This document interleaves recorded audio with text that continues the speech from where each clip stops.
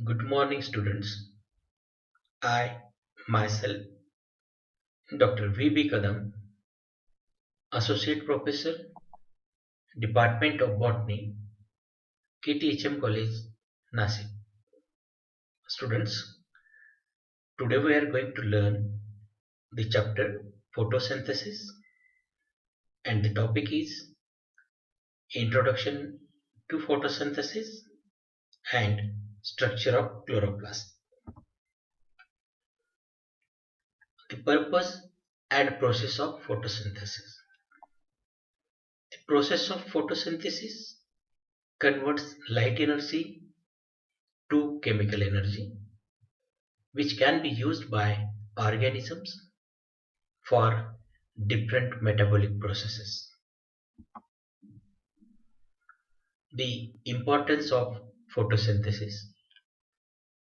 The process of all organisms, from bacteria to humans, require energy for its metabolic as well as developmental processes. To get this energy, many organisms access stored energy by eating food. Carnivores eat other animals and herbivores eat plants. But where does the stored energy in food originate?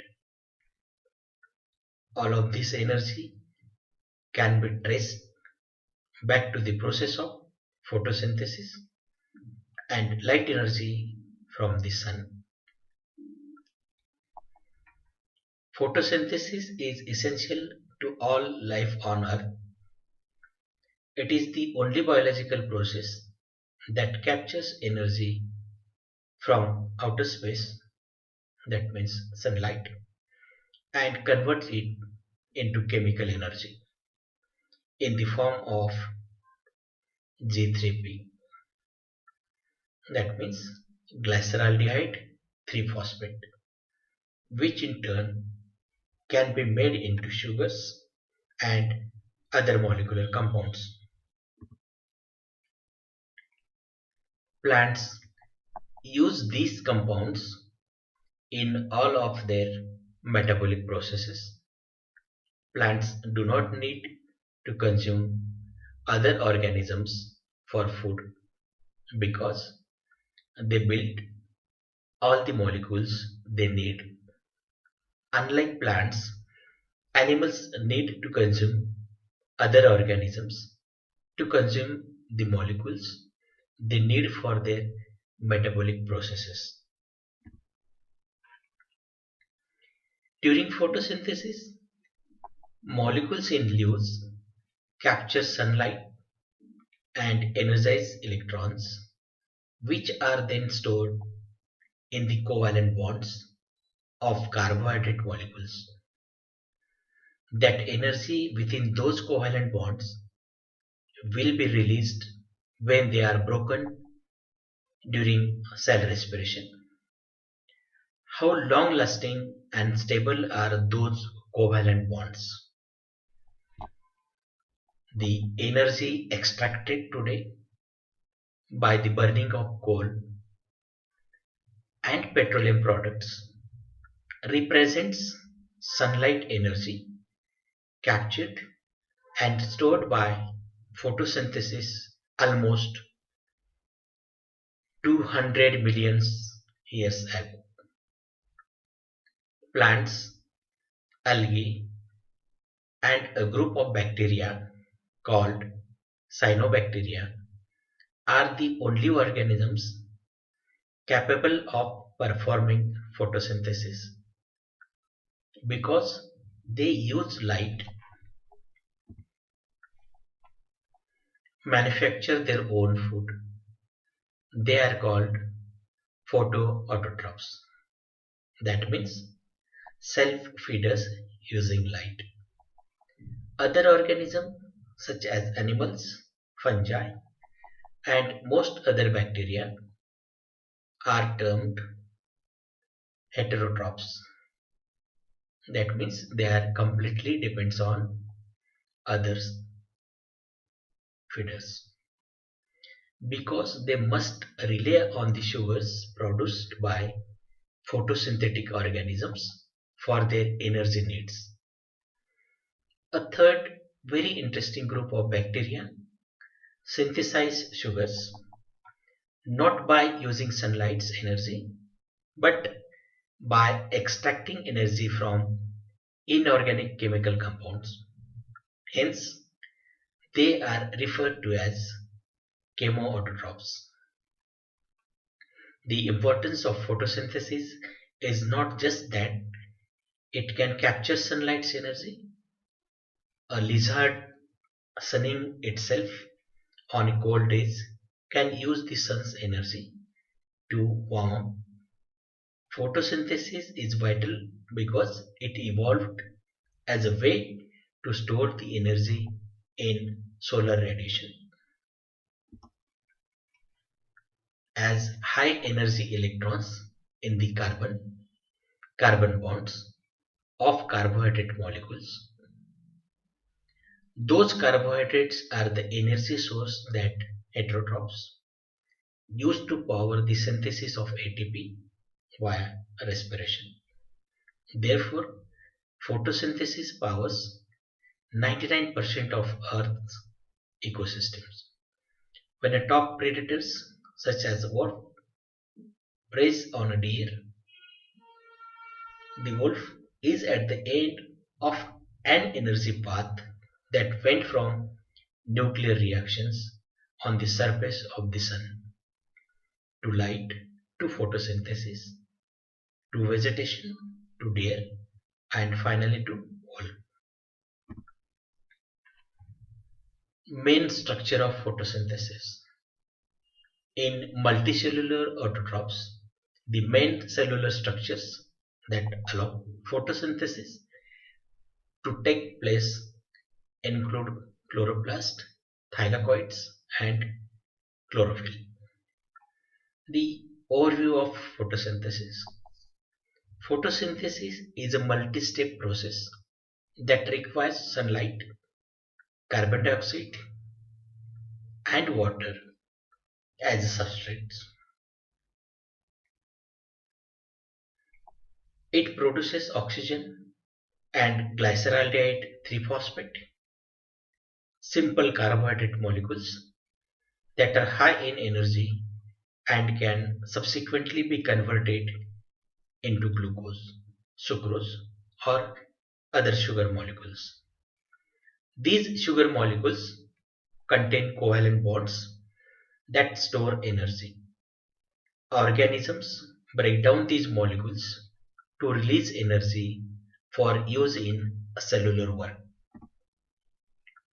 Students, look at the pictures. Here, picture contained tree plants. Now, photosynthesis requires water, carbon dioxide, sunlight, and chlorophyll pigments. Chlorophyll pigment is contained in leaf. Water comes from soil through roots into the plants.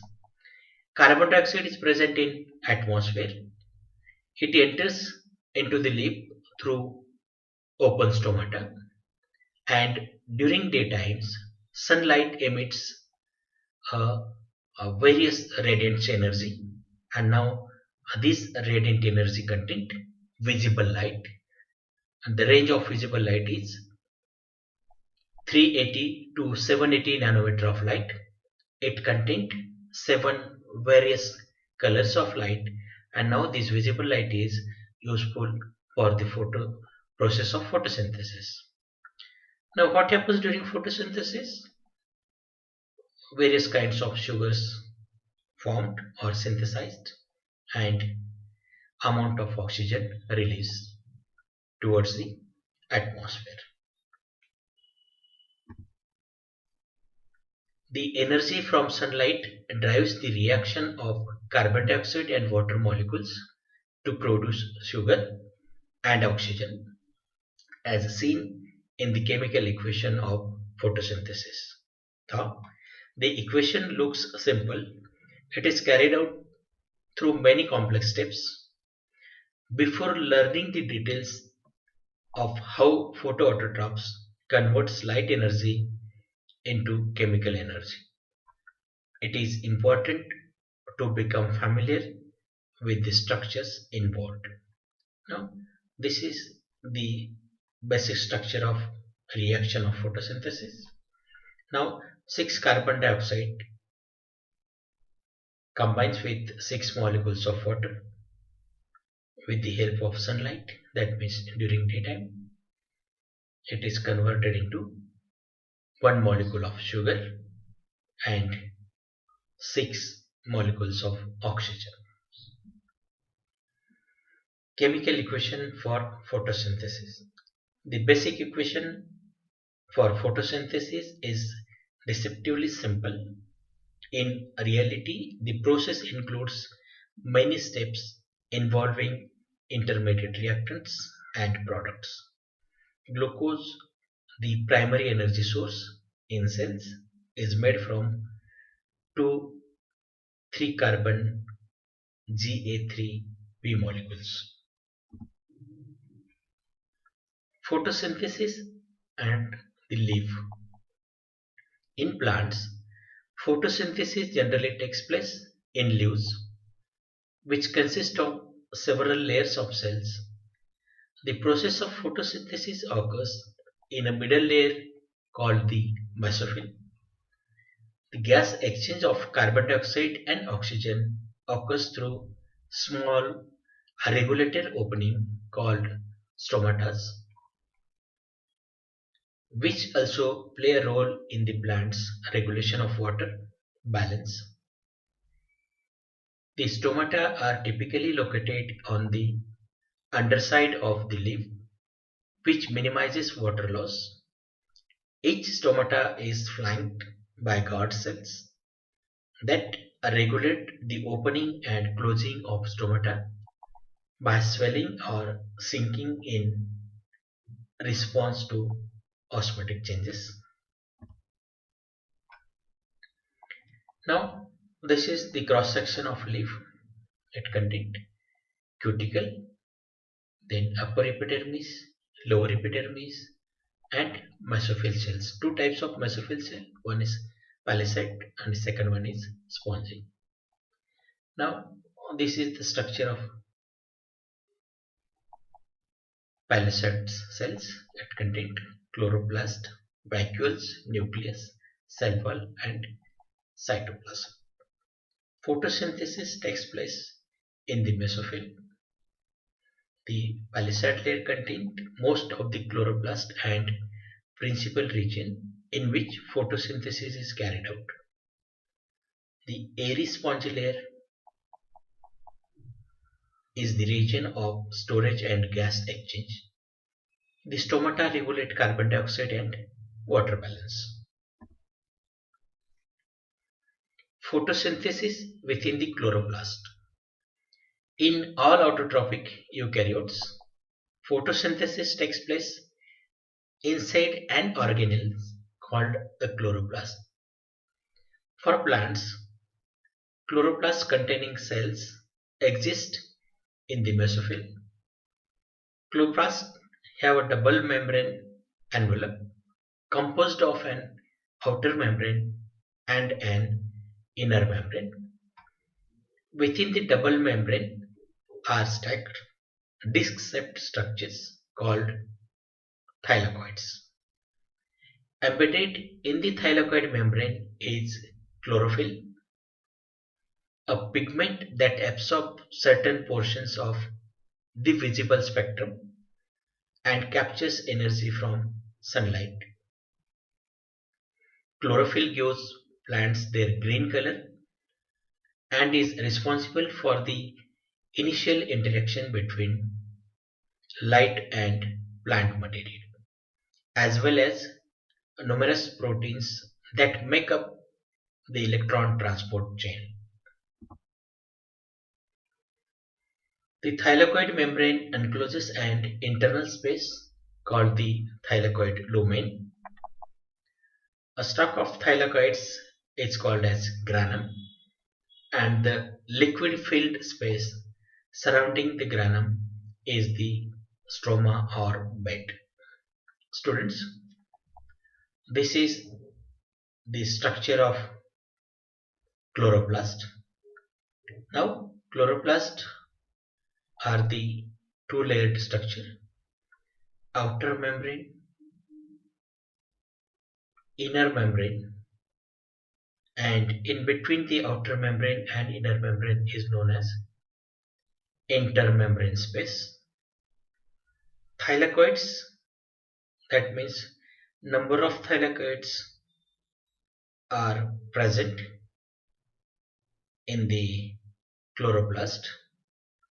The single structure is known as grana. This is the portion of grana. Number of thylakoids are placed one above the others. Now, actually, the light phase of photosynthesis occurs during this grana portion, and the dark phase of photosynthesis, that means the light independent phase of the photosynthesis, occurs in stroma portion of chloroplast. Now, here in grana, the cyclic and non-cyclic photophosphorylation occurs. That means synthesis of ATP and NADP occurs during the grana, in the grana portion of chloroplast, and now these synthesized ATPs and NADP are utilized for the conversion of carbon dioxide to glucose in stroma portion, that means light independent phase of photosynthesis. Thank you.